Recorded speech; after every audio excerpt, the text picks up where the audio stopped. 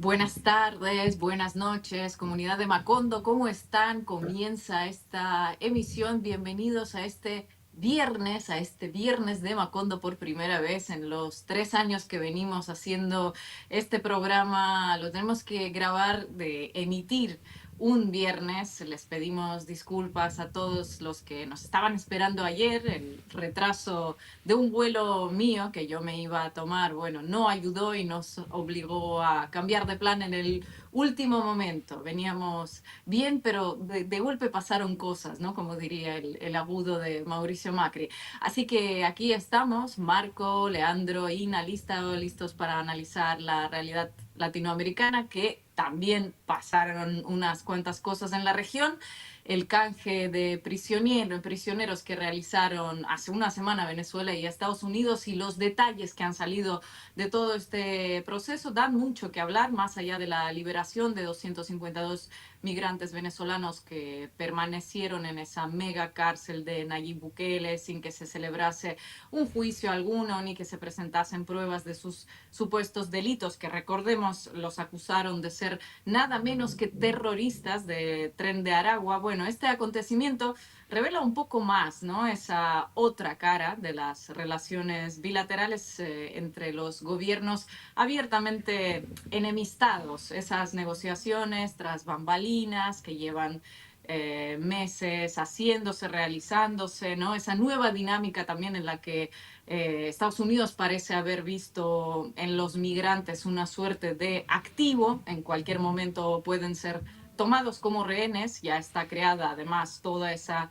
infraestructura para ello, y bueno, luego pueden ser intercambiados según necesidad de Estados Unidos. Muchos detalles que analizar, como dije, además del papel del Salvador, de Bukele, que con esta operación ha perdido nada más que y ni nada menos que 6 millones de dólares mensuales que se embolsaba de Washington, que él subcontrataba este servicio carcelero.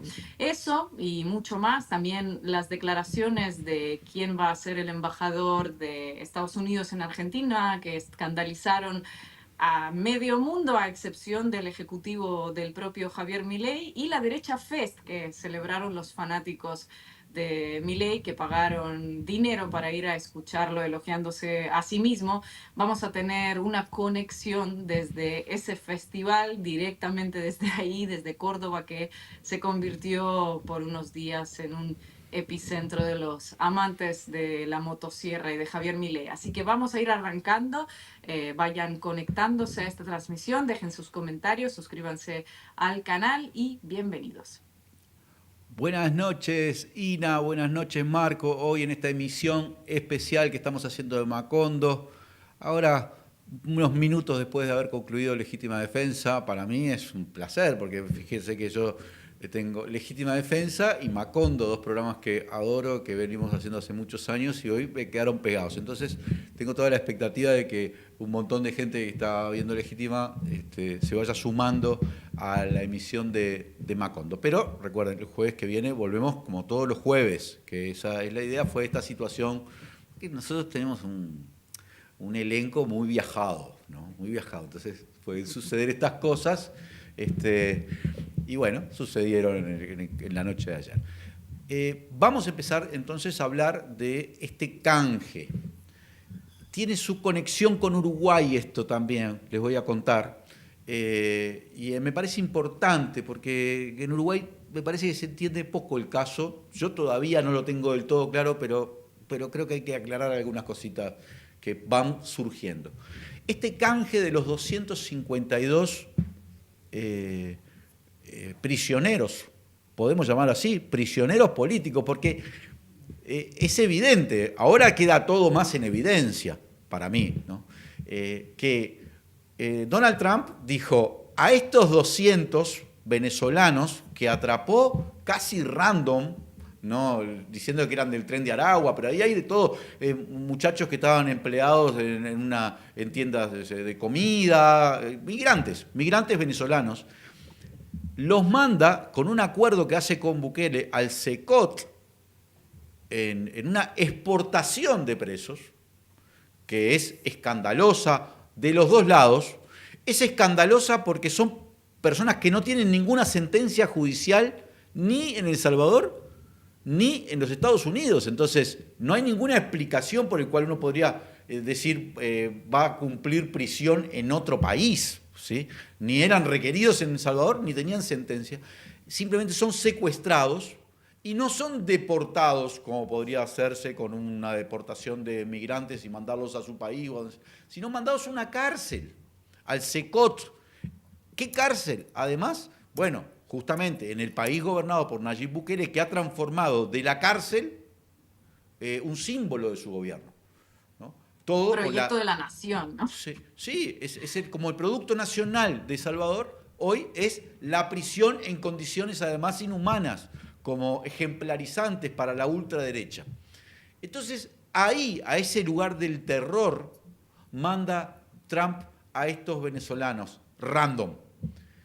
¿Y qué es lo que creo que surge? No sé ahora cuando Marco a ver qué piensa, pero para mí lo que surge claro es que Donald Trump hace esto y probablemente por canales subterráneos dice, esta es mi base para la negociación, pero quiero recuperar a mis agentes. Me estoy hablando de 10 estadounidenses, por lo menos, 10 estadounidenses que estaban detenidos en Venezuela, que eran acusados por Venezuela de actividades vinculadas con el espionaje, o sea, actividades de inteligencia u otras actividades de boicot, de actuar para el gobierno de Estados Unidos.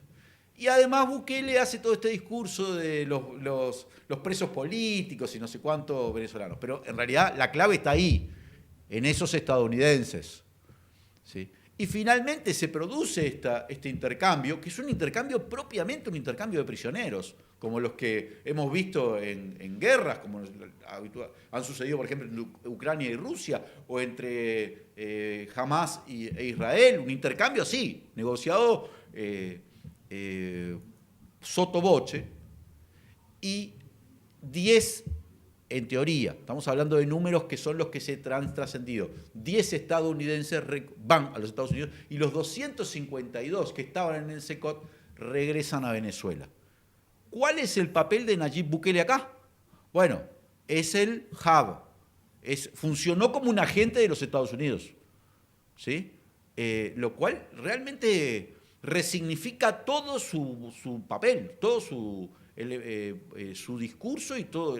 Dejate de soberanismo, sos un empleado, o sea, te usaron para una negociación, para una triangulación. ¿Por qué digo que tiene una conexión con Uruguay? Porque uno de estos estadounidenses es uruguayo de nacimiento, pero muchos años lleva en Estados Unidos, y acá había presión de la prensa, diciendo, el uruguayo que fue a visitar, no sé, una novia, una cosa así como una historia media personal, ¿sí? Por el cual había gestiones de parte de la Cancillería uruguaya con Venezuela, y alguna vez el ministro Lubetkin acá en Uruguay ha dicho, sabemos que está vivo, hay gestión. De hecho, Uruguay reactivó la actividad consular con Venezuela en principio también por este caso, y aparentemente Venezuela le dijo a Uruguay, manden un avión y se lo mandamos. Pero él quería ir a Estados Unidos. Y además Uruguay no podía hacer eso de mandar un avión. Y lo cierto es que este hombre va a los Estados Unidos. Y yo está entre los estadounidenses reclamados por Estados Unidos. Digo para tener en cuenta, porque acá en Uruguay se liberó como los buenos oficios, algo así como cayó en la volada y fue liberado de casualidad. No. Bueno, yo estoy seguro que no. No tengo un elemento probatorio, pero no me parece que Donald Trump haga un canje de esto por uno que cayó de casualidad. No me cierra en la foto. Creo que todos los que salieron de Venezuela, tanto los estadounidenses como los venezolanos que fueron liberados, fueron elegidos, pero elegidos, ¿no? O sea, ahí hubo cuentas de finas, no al tuntum. Pero bueno, dejo esta primera intervención porque quería... O sea, llevaba tiempo pensando estas cosas en estos días. ¿Voy yo? Marco. Marquito, sí. Che, tomo eso que decías, Leandro, como del tono de la guerra, ¿no? Esta idea del intercambio de prisioneros, que es bastante como interesante leerlo así. De hecho, hubo portadas así, tipo intercambio de prisioneros, y remite a un escenario bélico, ¿no? Y las palabras configuran realidades. Y creo que hay algo de eso, efectivamente. Después diría que no es el primer intercambio que se hace. Hubo uno hace un año y medio, creo que fue, cuando Alex Saab volvió a Venezuela y fueron enviados varios estadounidenses a Estados Unidos que estaban en Venezuela. Y si me apurás, me atrevo a decir que no va a ser el último. Creo que ambas partes descubrieron un mecanismo bastante fructífero, que es, bueno, negociar en base a detenidos, digamos. Eh, de hecho, no está claro cuántos extranjeros quedan detenidos en Venezuela, porque incluso hay como listas como que no coinciden entre la cantidad en total que fueron liberados y la cantidad que estaban registrados, porque Grenell, Richard Grenell, el enviado especial, en enero había llevado a 6 estadounidenses de regreso, después en marzo a uno, que van 7, después serían 10, pero después en esos 10 hay como que desagregarlos y ver quién es realmente estadounidense, quién es mitad mitad, cómo se hace el cómputo. Pero sí me parece que ambas partes tienen un mecanismo aceitado a la hora de negociar. Que en el caso de Estados Unidos también, si quisiera, pudiera, esperemos que no pase, ¿no? Evidentemente, pero volver a hacer una maniobra similar, digamos, y volver a poner a Venezuela a negociar en esos términos. Que al final de cuentas, amén de la tragedia de los seres humanos que están ahí, que es mucha y que ahora se está subsanando, al gobierno le permitió también construir una narrativa, armar una bandera, reconciliarse con el tema de la migración, que es un tema que le había costado mucho históricamente al gobierno, digamos. Y hoy recibe aviones y recibe gente que vino a El Salvador y se saca la foto con los niños y bueno, y ahí también hay como un desplazamiento que la oposición no sabe muy bien qué decir. La oposición está como, o sea, no te puedes oponer a que vuelvan venezolanos, pero a su vez tenés que reconocer que los negoció el gobierno. Digo yo, si Edmundo González y María Corina Machado no fueran lo que son, podrían ellos mismos haberse puesto en un lugar de negociación diciendo nosotros somos quienes permitimos que la gente vuelva a su casa. Nada de eso pasó, negoció el gobierno.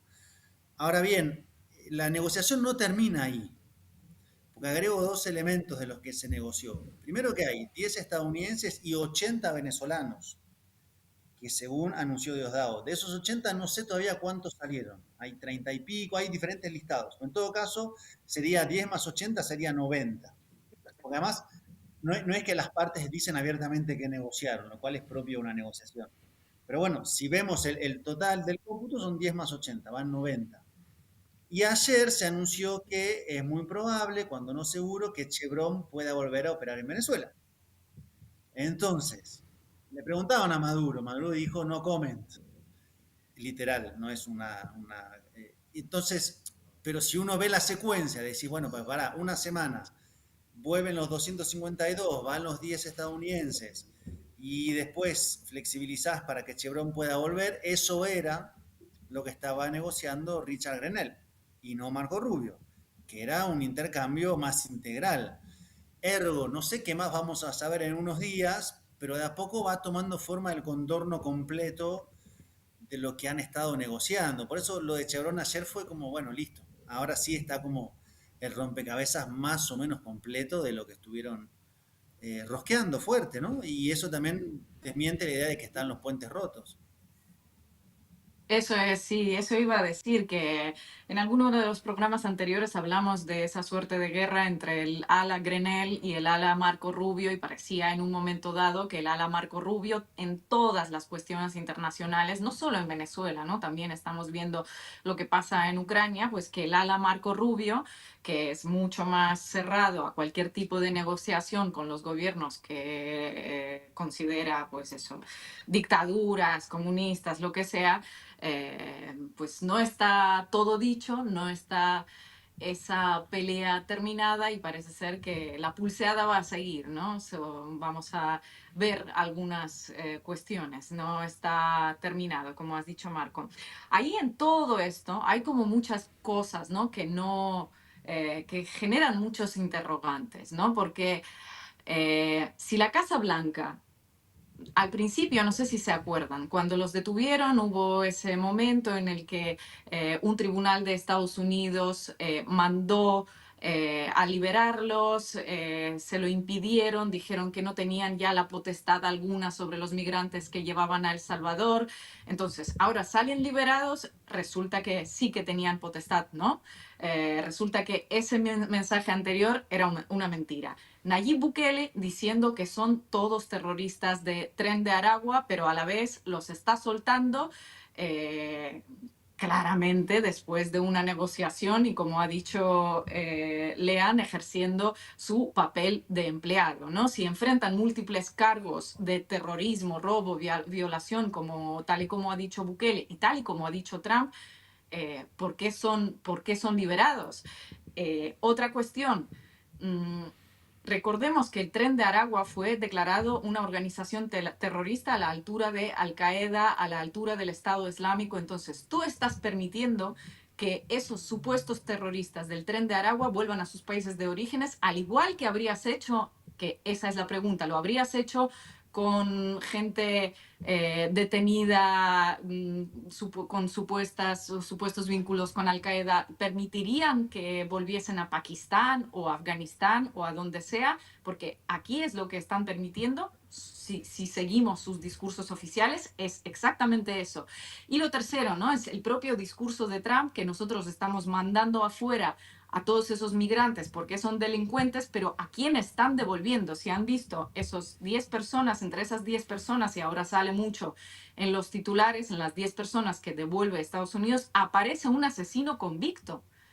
Se llama Daoud Anid Ortiz, es un venezolano que tiene ciudadanía estadounidense, ciudadanía alemana, y que en 2016 entró en un colegio de abogados en Madrid y asesinó a 3 personas. De hecho, se han difundido declaraciones de los familiares de víctimas diciendo que si esto es así, y esto aparentemente es así porque aparece en la foto el señor que compartió el Departamento de Estado, están canjeando a los migrantes detenidos por un grupo en el que se encuentra asesino de 3 personas convicto. Entonces, son como 3 temas en el que hay tantos flecos que yo entiendo que ya no tiene ningún sentido analizarlo porque se permite todo y el orden basado en las reglas lo definen ellos, pero queda como demasiado vergonzoso, ¿no? Ina, un caso que a mí me interesa señalar, porque eh, yo comparto con lo que están diciendo ustedes. Quiero decir que esto que hizo el gobierno de Venezuela en esta negociación va a cambiar muchas cosas dentro de las ecuaciones políticas. Ahora hay en unos días elecciones regionales en Venezuela, porque es realmente una recuperación de 250 personas y algunos casos que se han transformado en símbolos emblemáticos. Veamos el caso de esta chiquilina, esta nena, ¿no? Espinosa Michaelis, que hace unos meses, recuerden, la madre había sido deportada a Venezuela, y en Estados Unidos había quedado una niña de 1 año, que se transformó en un escándalo nacional en Venezuela, que empezó a reclamarla en el mismo estilo que, recuerdan el caso de Elian González hace 20 años, más de 20 años en Cuba. Recuperar a la niña que había sido, quedó con su madre deportada, su padre enviado a El Salvador acusado de ser del Tren de Aragua, y la niña bajo los servicios de custodia estadounidenses. En una negociación, que los términos nuevamente son muy difíciles de saber, pero lo que sucedió, la niña es retornada a Venezuela por el gobierno de Estados Unidos a mediados de mayo, ¿sí? Y se produce el reencuentro de la niña con su mamá, que ya fue algo impresionante. La fue a buscar Cilia Flores, la esposa de Nicolás Maduro, al aeropuerto, y se la entregó a la madre en Miraflores, una muchacha de 20 años, la madre. Pero quedaba la situación del padre, que además es reconocido por imágenes, por la familia, que ven que está entre los que bajan del avión en Salvador, ¿no? Y el padre se reencuentra ahora con la niña. El padre se llama Michael Espinosa, porque es uno de los 252 que son devueltos a Venezuela. Entonces, se produce una reunificación familiar, una bebé, ¿no? De 1 año, estamos hablando.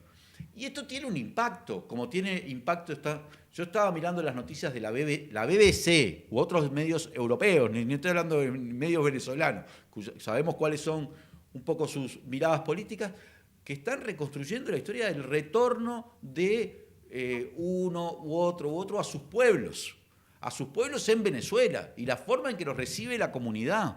La mayoría inmensa de ellos no tienen nada que ver con ni el Tren de Aragua ni ninguna cosa por el estilo. Eso no significa que no haya algunos que puedan ser criminales, porque tampoco hicieron una distinción así, pero y yo creo que eso tiene un impacto importantísimo, porque no es papa recuperar prisioneros, no es papa recuperar deportados.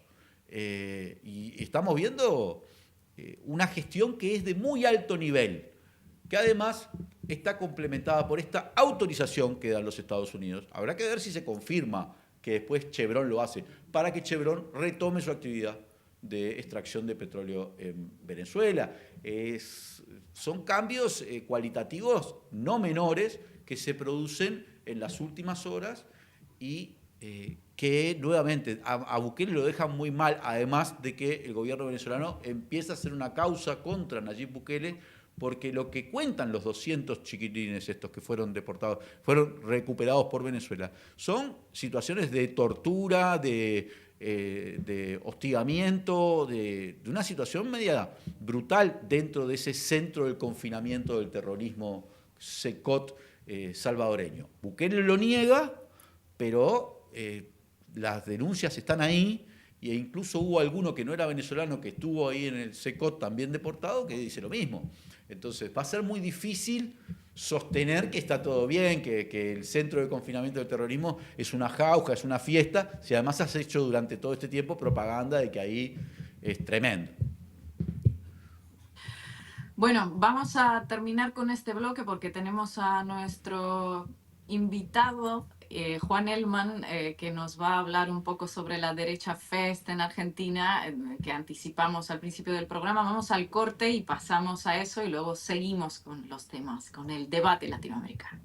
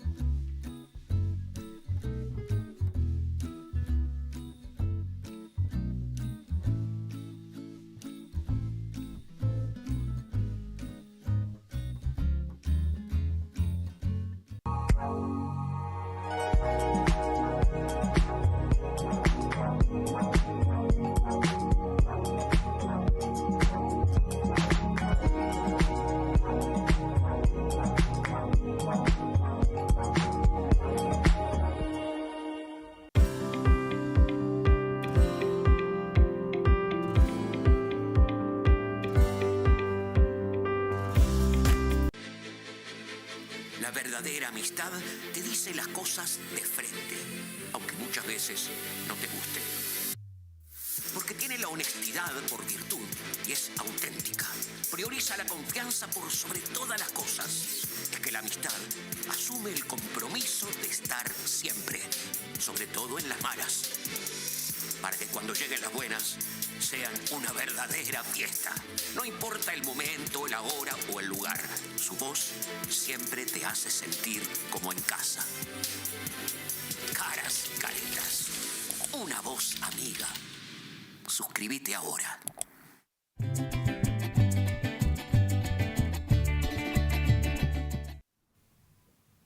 Bueno, volvemos con Macondo. Gracias a todos y todas los que están en esta emisión, que es especial este viernes a la noche de Macondo. Y ya estamos en contacto con Juan Elman, que es como es el experto en festivales de la derecha. Ya ha estado en varios países. Recuerdo que lo tuvimos acá cuando estuvo en la CEPAC allá en Estados Unidos, donde incluso logró charlar y hacer buenas migas con Bannon, si no me acuerdo mal.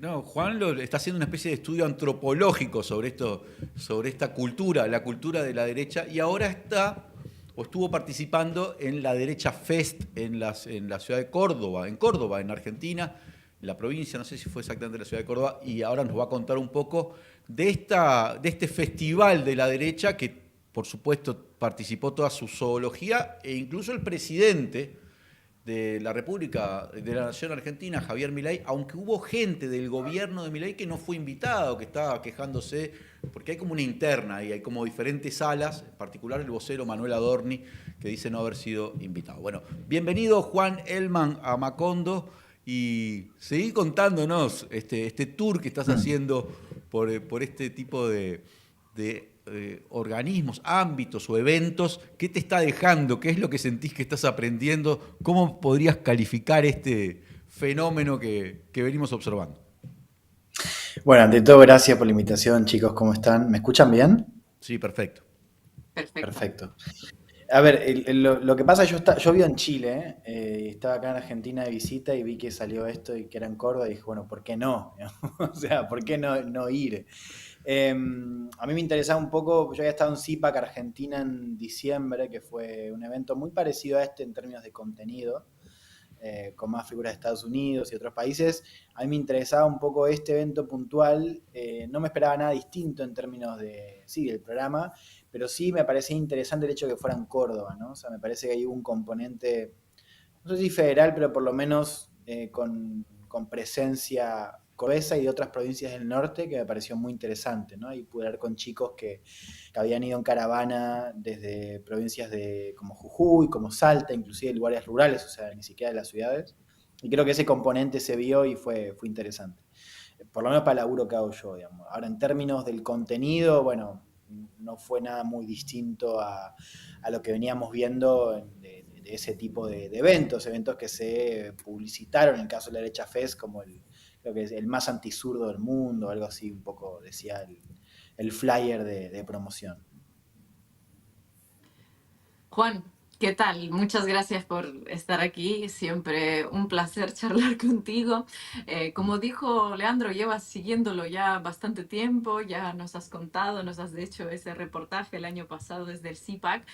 Entiendo lo que dices, que en el tema de contenido, pues no, es raro, ¿no? Que te encuentres algo nuevo, pero vos que estás siguiendo ese elemento antropológico, ¿qué ves en cada uno de esos eventos que visitan? ¿Logran convencer a más gente? ¿Qué tipo de gente va ahí? ¿Son más bien jóvenes, mujeres, hombres? ¿Cuál es el perfil de esa persona? Y sobre todo me interesa el alcance de ese tipo de eventos, ¿no?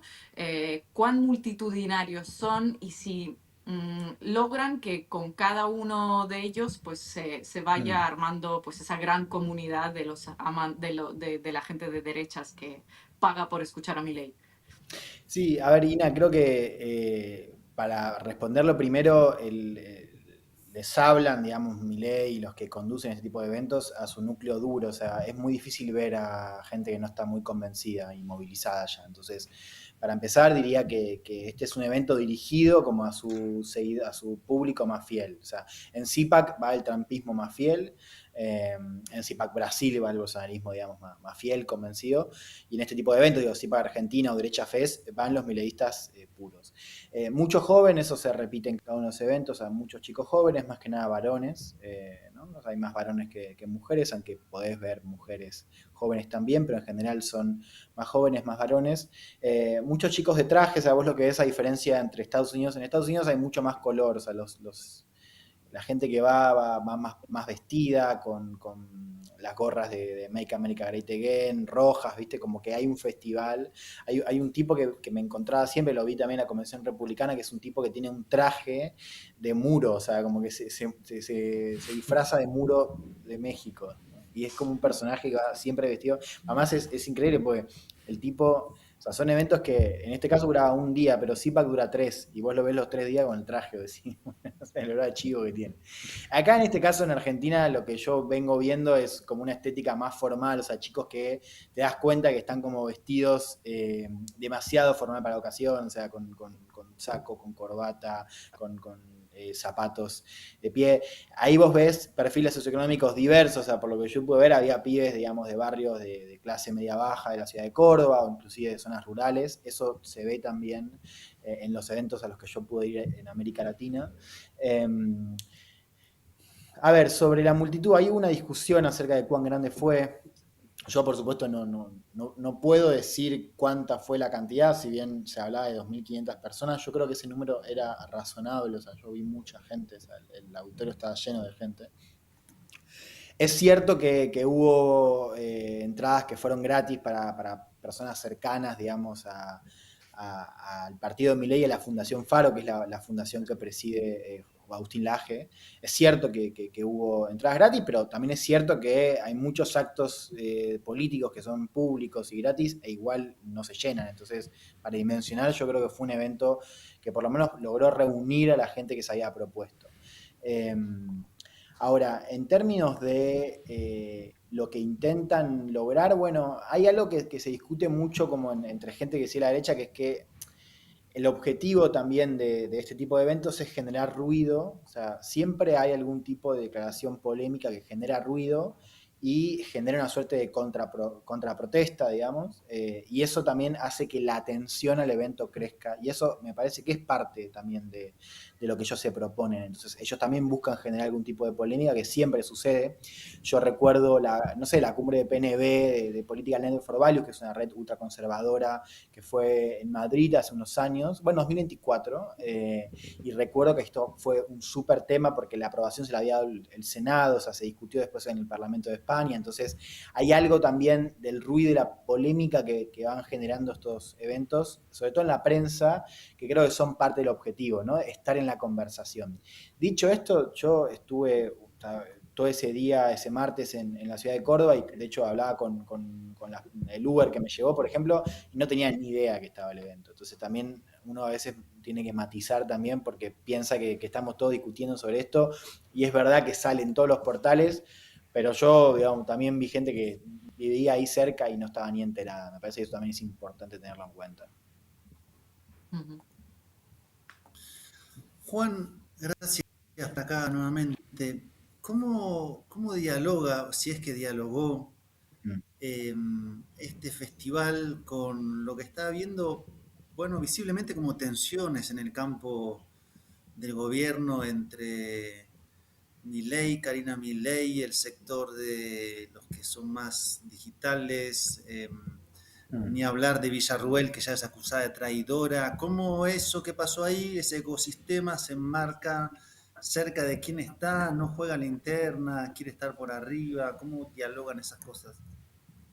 Sí, o sea, creo que lo que planteas, Marco, está bueno porque para dar un poco de contexto, digamos, quizás para gente que no venía siguiendo la interna del mileísmo, inclusive yo, digo, lo había más desde afuera, vos venías de un cierre de listas donde efectivamente los chicos, digamos, del brazo armado digital, como se llaman a sí mismos, quedaron como muy relegados, ¿no? Se habla también de Santiago Caputo, el consultor, bueno, estrella de Milei, como un tipo que quedó efectivamente, sí, disminuido en términos de poder, por lo menos en las listas, y Karina Milei como, digamos, la gran vencedora o alguien que logró imponerse con los armadores más territoriales, ¿no? En esa decisión.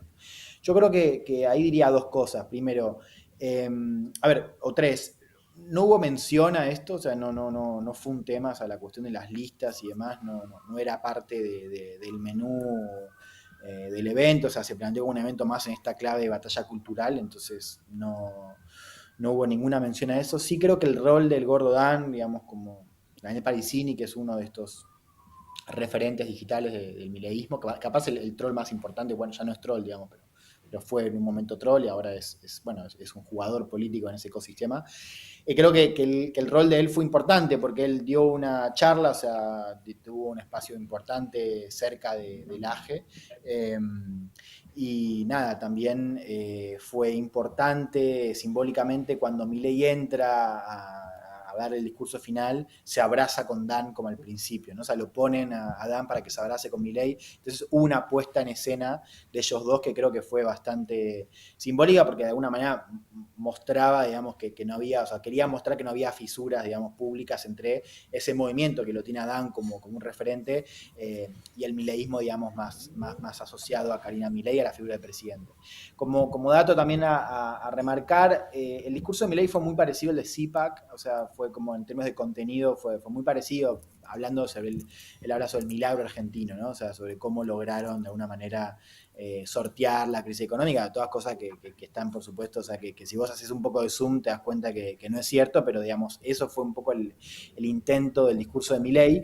Y el discurso de CPAC lo había reivindicado Santiago Caputo, o sea, el discurso de CPAC, no sé si lo mencionaba directamente, pero hablaba sobre un consultor que básicamente lo dejaba hacer tal cual era, y en este caso en el discurso de Derecha Fest esa alusión no estuvo, o sea, no se habló de Caputo, pero sí lo mencionó Dan. Entonces creo que en ese sentido hubo un intento de proyectar esa unidad con el campo digital que tuvo una presencia muy notable. Capaz vos en la Derecha Fest veías mucho más a esa ala presente, ¿no? Esa ala más del campo digital, que la territorial política, digamos, ¿no? También por esta idea de la batalla cultural.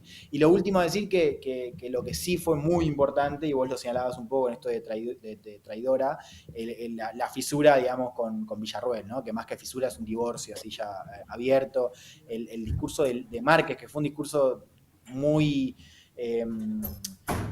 sí, muy radical, o sea, un tipo que llamó directamente a exterminar al progresismo y el peronismo, él aclaró a nivel cultural, ideológico, pero digamos, fue un discurso, sí, con claros rasgos fascistas, digamos, ¿no? Me parece, yo lo miro de esa manera, pero el discurso de Márquez también fue muy en contra de Villarroel, se titulaba Roma no paga traidores, o sea, estuvo como muy orientado a denostar la figura de Villarroel, y después Milei recogió ese guante, ¿no? Entonces, creo que ahí, más que el divorcio o más que la tensión entre el campo digital y el campo de política territorial de Karina Milei, lo que se vio, o sea, lo que se intentó mostrar es cierta pacificación y al mismo tiempo una declaración de guerra, si faltaba una más, a Villarroel, ¿no? Que ya está completamente desplazada del mileísmo, digamos, ¿no? A nivel político, cultural y demás. Juan, CPAC es un evento del trumpismo radical o más del núcleo duro. Este tipo de eventos en Argentina reflejan, nos venías diciendo, al mileísmo también más de núcleo duro, pero hay un intento como de exportación de este fenómeno. En Uruguay capaz que lo tenés, supongo lo tenés presente, pero hace 2 o 3 meses hubo también una Derecha Fest, a donde vino Agustín Laje, Javier Negre, este periodista, no sé qué es, español de Vox, sí, y algunas figuras locales de la ultraderecha, y también reunieron un montón de gente, aunque no lo pudieron hacer en un hotel muy importante de Montevideo porque el Radisson les dijo que no, pues no quería un evento de esas características, lo llevaron a hacerlo en una iglesia de estas Pares de Sufrir, ¿no? El Pastor Márquez, y había muchísima gente. Como 2.000 personas, dicen los medios que había. Y sin embargo, después el Partido Libertario, Partido de la Libertad Avanza Uruguay, se puso a reunir firmas, incluso con videos de Patricia Bullrich. Sí, no sacó nada. No juntó las firmas necesarias para inscribirse como partido, ¿sí? Sorprendió un poco porque no es un número muy alto de firmas que se necesita y habían hecho todo ese evento, con toda la parafernalia. Entonces quedó ahí la duda, ¿no? Es una cosa como que exportan, pero ¿cuál es el impacto que tiene en la realidad? Te lo pregunto porque, está bien, en Argentina gobierna Milei, está claro, pero no sé si refleja este fenómeno o bueno, refleja otras cosas que suceden en la sociedad. Pero hay un intento claramente de exportarlo, el fenómeno. Sí, a ver, creo que el caso de Uruguay, yo te escucho a vos, digamos, a mí me cuesta entender cómo... O sea, no me imaginaba un partido libertario competitivo ahí. De hecho, Viana, Pablo, que es el referente, digamos, de ese espacio en Uruguay, no parece un tipo especialmente seductor, ¿viste? Es como tipo Milei uruguayo, ¿viste? Dice, lo escuché en sí, decía, viva la libertad, carajo, ¿viste? Todo bajo, ¿viste? Como no funciona, si te tenés que ser más estridente. Muy uruguayo. Es bastante afable, además, Pablo Viana. Si te pones a hablar con él. Muy divino, yo hablé con él. Es un tipo simpatiquísimo, en cierto modo. No sé qué. Muy amable. Tiene que ver con Milei. ¿Viste? No funciona. no funciona. Pero bueno, vos me podés explicar, digamos, las características del sistema de partidos hoy en Uruguay. Lo primero creo que está bueno lo que planteás, porque, a ver, hay que entender que CIPAC, digo, efectivamente hay un intento de exportar la marca, pero bueno, lo acabo de decir, es una marca y eso es un negocio también. O sea, Javier Negre es periodista, pero es empresario. O sea, detrás de esto hay un negocio también. O sea, CIPAC funciona también como una empresa, ¿no? Buscando ganar plata, o sea, porque cobran con las entradas y porque después hay negocios ahí metidos que de alguna manera tienen que ver ¿El negocio de sí, qué tipo? ¿Libros, catering o qué tipo de negocio? bueno, ahí está Alrededor. bueno lo que planteás porque esa es una diferencia importante. Yo lo que vi en este evento es como mucha presencia de Hojas del Sur, de hecho fue uno de los 3 sponsors. Hojas del Sur es la editorial que publica, entre otros, a Laje, a Milei y, por ejemplo, a Axel Kaiser, el chileno. Axel Kaiser es el hermano de Johannes Kaiser, que es uno de los candidatos de ultraderecha en Chile. Algo también muy en esa línea, lo digo entre paréntesis casi, pero vos tenías como un panteón de líderes para sacarte fotos, viste, con figuras de cartón. Estaba Orban, estaba Abascal de Vox, estaba Bolsonaro de Brasil, Bukele, estaba Milei, por supuesto, estaba Trump, y no estaba Kast, ¿viste? Eso me parece interesante. O sea, el mileísmo juega más con Kaiser que con Kast. Vuelvo. Una marca porque se venden libros, efectivamente, eso lo vimos en este evento de la Derecha Fest. Sí, porque se venden entradas, o sea, acá las entradas salían $40, capaz un poco menos. En Estados Unidos las de CIPAC salen $200, o sea, es guita. Y sí, me imagino que también hay cuestiones de sponsors y cuestiones capaz un poco más opacas, no opacas como a nivel conspirativo, pero sí plata que circula que no se ve tan fácil, que también me parece que hace parte de esta puesta en escena. Creo que también hay un intento de exportar la marca, o sea, justamente llevarla a más países para hacer más eventos, visibilizar y también juntar más plata.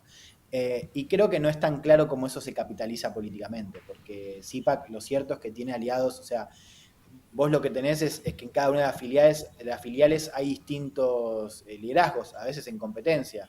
O sea, la CIPAC Chile no se hizo, no sé quién sería hoy el embajador, si sería Castro o sería alguien como Kaiser. Bueno, creo que eso también tiene que ver con que CIPAC, insisto, hay que pensarlo más como una marca, como parte, si querés, de un proyecto con fronteras un poco porosas, pero que no tiene como terminales claras. O sea, porque de hecho a veces van, o sea, en Reino Unido puede ir una dirigente del Partido Conservador, como fue Liz Cheney, esta primera ministra que duró como 40 días, pero también va Ash, que fue uno de los promotores del Brexit. O sea, lo que ves es que o sea, a veces conviven los partidos tradicionales de derecha. Bueno, digo, el caso de España, o sea, vos tenés a Mayor Oreja, que está vinculado al PP, de la Fundación Neos, con tipos de Vox, ¿viste? Entonces, me parece que ahí hay una tensión que tiene que ver un poco con esto, o sea, que CIPAC funciona como un gran paraguas de la extrema derecha global, donde a veces los liderazgos o los partidos están un poco se disputa esa representación local. Creo que el caso de Chile es ejemplar. El caso de Argentina, bueno, está liberado para Milei. El caso de Brasil es interesante porque efectivamente la marca CIPAC la tienen los Bolsonaro, entonces ahí me parece que eso ayuda justamente a Bolsonaro, a los Bolsonaro, a reafirmar su primacía local en el campo de la ultraderecha. Entonces, también hay que leerlo un poco en esa clave, ¿no? En un gran paraguas donde en cada uno de los casos aparecen tensiones, ¿no? Discusiones, y después también se mueve mucho por la afinidad personal.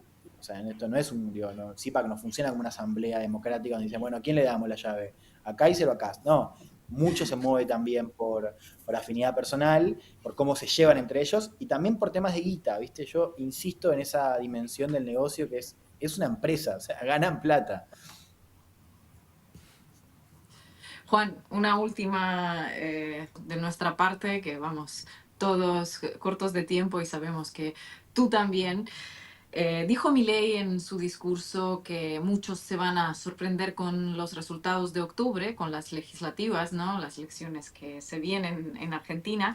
Entiendo que no eres ninguna encuestadora, y que vives en Chile, según entiendo ahora mismo, pero bueno, estás siguiendo la política argentina, eres periodista, estás siguiendo esos círculos.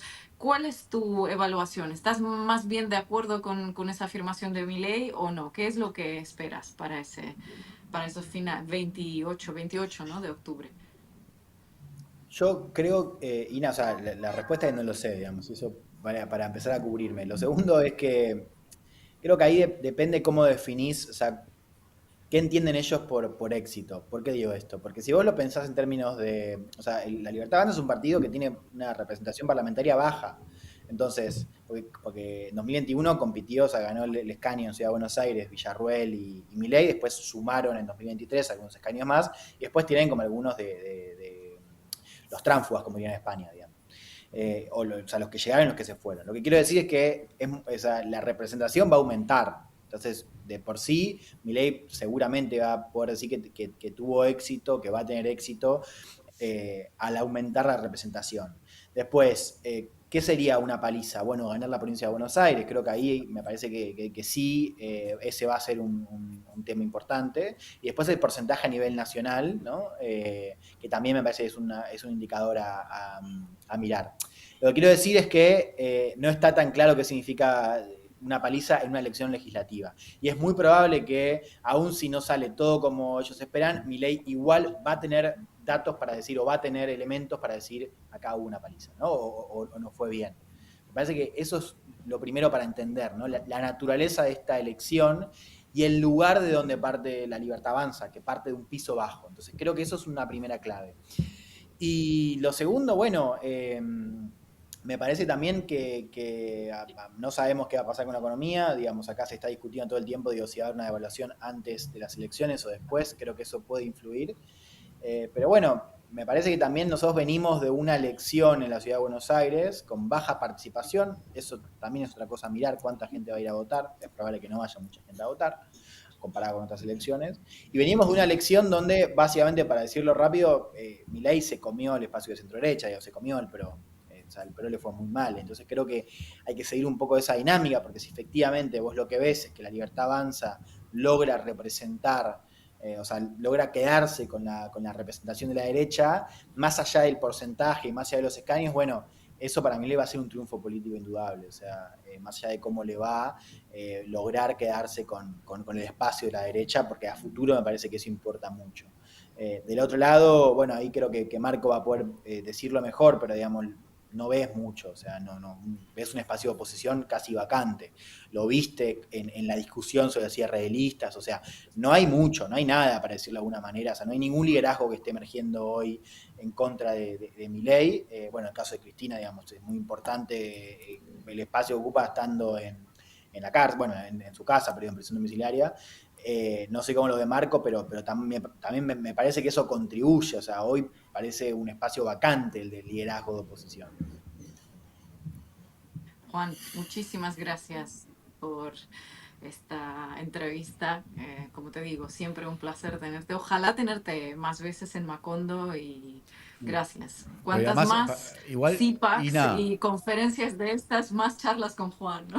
la próxima vez andas a ver dónde está viviendo Juan, porque la anterior estaba en México viviendo. Y ahora dice, estoy viviendo Claro, en yo creía que Chile. estaba en Y, México. y él te dice, estoy viviendo en Chile como si fuera hace 20 años que está viviendo en Chile. Pero él va Es que cambiando. México en términos ideológicos no es interesante, ¿no? Es Para como Juan, ahora Marco mismo. Teruggi, que Mejor ver qué va a pasar en Chile. siempre te habla como diciendo, yo estoy viviendo, pero ¿hace cuánto vivís ahí? Bueno, van cambiando de países porque van recorriendo.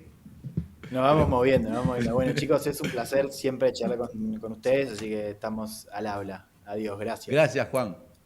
Gracias, Juan. Bueno, y Bueno, hay que hablar de las elecciones en Argentina, ¿no, Marco? iba a hablar de un hombre que tiene el apellido tan curioso como Lamelas, Peter Lamelas. Parece hecho a propósito, ¿no? Es a propósito. Que Trump va y ¿Quién es Peter Lamelas? le manda de embajador a Lamelas. Es tremendo Trump. Para mí lo eligió por el nombre, ¿vos sabés? Le dijo, vení, Es Milei, como que Trump Lamelas. Trump lo ve a Milei y dice Lamelas. Es increíble. Pero es Es que además es impresionante. uno de los principales aportantes en la campaña de Trump, lo cual ya demostró que el apellido pues, Sí, venía con corresponde todo. con la naturaleza de su ser humano. Bueno, y él mismo se define como cubano de nacimiento, estadounidense por la gracia de Dios, he tenido la suerte de vivir el sueño americano. entra en la familia de los cubanoamericanos talibanes, ¿no? Que hay muchos en la administración de Trump. Y se hizo famoso, saltó a la fama en Argentina por sus declaraciones que dio ante el Senado, porque va a ser el próximo embajador, reemplaza a Mark Stanley, que había sido muy proactivo en la política estadounidense en Argentina. Stanley era artífice de la idea de la gran coalición de centro, dejando afuera los bordes. Pero este Lamelas vino con un discurso trompista, ¿no? Como sin filtros, sin formas, sin moderar las palabras, y básicamente dijo tres ideas centrales. Una, que en Argentina las provincias tienen demasiada independencia, y eso, o autonomía, quiere decir que pueden negociar por cuenta propia, centralmente con China, lo cual no es cierto en sus términos, pero sí es cierto que las provincias argentinas, algunas de ellas tienen acuerdo como provincias con la República de China o provincias chinas, lo cual fue un acto muy claro y dijo que va a recorrer todas las provincias, lo cual Stanley ya lo había hecho también, con un estilo más jocoso. Dijo que viene a apoyar directamente a Milei, de hecho ya tienen una foto, Milei y Lamelas en Mar-a-Lago, y dijo que va a asegurarse que Cristina cumpla con lo que le ha condenado la justicia, digamos. Así que creo que más claro no se puede encontrar. En todo caso, se le puede agradecer su honestidad brutal, digamos. Que nadie diga que no avisó. En eso es cierto, los tipos, bueno, dicen cuáles son sus cartas. No sé cómo la ven. Bueno, si me Bueno, toca a nosotros mí, la vemos como un claro caso de injerencia, pero ¿cómo la ve Manuel Adorni, que dijo que el tema, que su opinión personal casi que va por cuenta de él y que todavía no es embajador, pero parece bastante claro que lo vamos en breve, que es cuestión de días, que está decidido, ¿no? sí, este discurso que hace ha generado respuestas incluso de Cristina Fernández de Kirchner, que no se privó de decirle lamelas, ¿sí? Porque esto está todo metido así. Pero lo importante en la reacción política es, a mi gusto, es la posibilidad de que Argentina le niegue o no el placet. Tiene que ser, yo creo que no va a suceder, creo que lo van a designar, pero el discurso es un discurso de virrey, ¿no? Es un discurso neocolonial. Voy ahí, voy a influir en las provincias para que no hagan negocios con China, hay que apoyar a Milei, hay que lograr que Cristina cumpla sus años de cárcel. Es una cosa escandalosa, es imperialista. Entonces, ¿le van a dar el placet? Y yo supongo que sí, pero eso tiene costo político también, porque todo hay que mirarlo también en la mirada electoral. Cuando Cristina plantea, ¿es Lamelas o Argentina? Que recuerda lo de, ¿no? Perón-Braden era, Marco. Braden o Perón. Braden, El que era el embajador de embajador Estados Unidos, no estaba estadounidense, Braden. No y estaba esa Perón. contradicción, Perón-Braden, que tiene medio siglo, tiene importancia política, quiero decir, es un símbolo en Argentina. Se transformó en una contradicción simbólica que interviene en cualquier debate posterior cuando lo que está en juego es la cuestión nacional o los intereses extranjeros. Y entonces, Argentina tiene este carácter también, me parece, en la población, por lo menos una parte de la población, de un, digamos, sentido de nacionalismo, de soberanía, y que no cae nada bien una cosa de este estilo. Entonces, todo tiene costo. No sé si era el discurso más conveniente para los propósitos de Estados Unidos, que indiscutiblemente son estos. Pero son estos en Argentina o en todos los países. Estábamos hablando al principio, en la primera parte, cuando hablábamos del canje de prisioneros entre Venezuela y Estados Unidos, de ese lenguaje bélico, ¿no? De que se están produciendo como esos acontecimientos que son propios más de los tiempos, no ya de Guerra Fría, sino de Guerra Caliente. Yo creo que esto es un poco pues un escenario de una guerra híbrida en la que Argentina están diciéndole, yo te voy a usar como proxy, porque eso de vamos a limpiar las provincias de Argentina de la corrupción china es directamente ir en contra de China en un tablero que Estados Unidos percibe como un territorio en disputa entre dos grandes potencias, que son ellos y que son China, ¿no? Entonces, el hecho de que Argentina pues acepte serlo, ejemplos hay en el mundo, en la geopolítica, de países que lo han aceptado y cómo han terminado. Todavía no ha terminado, pero está la cosa bastante mal. Entonces, me parece, ya sea un bocazas este Peter Lamelas, ya puede no reflejar la postura oficial de Washington, aunque la verdad que eh, no lo parece, parece claramente que es algo que pretenden hacer. Pero a mí me parece que hay que tomar este tipo de declaraciones con cautela porque mm, están convirtiendo a un país a miles de kilómetros en una suerte de campo de batalla en el que van a llevar operaciones proxies en contra de China, en contra del capitalismo, el negocio chino. Y Ah, Marco, se me había cortado. ¿estás ahí? Sí, sí, perdón, tuvo Y No, un corte de eso, internet. digo, da para reflexionar sobre las consecuencias que puede tener, que vale, que China no va a reaccionar de forma bélica, pero está en cuestión proyectos que China todavía tiene en materia de inversiones, que entiendo que hay salares en Jujuy, en Salta, en Catamarca, unos contratos por la extracción de litio, que está todo el tema de swap que han aprobado, ¿no? Hace un año otra vez para ingresar en las reservas del Banco Central de Argentina. Eso hay de parte de los chinos, que pueden decir, bueno, ya la próxima vez no se renueva el swap o se paralizan este tipo de inversiones. ¿Qué hay de parte de los Estados Unidos? Amenaza de aranceles o aranceles sobre aluminio y el acero, y amenaza de sacar las pocas inversiones que existen en ese país extranjeras de, de una potencia que, según el propio presidente argentino Javier Milei, recordemos, no pide nada a cambio. Invierte y no pide nada a cambio, que también ha ido cambiando su parecer sobre el socio comunista.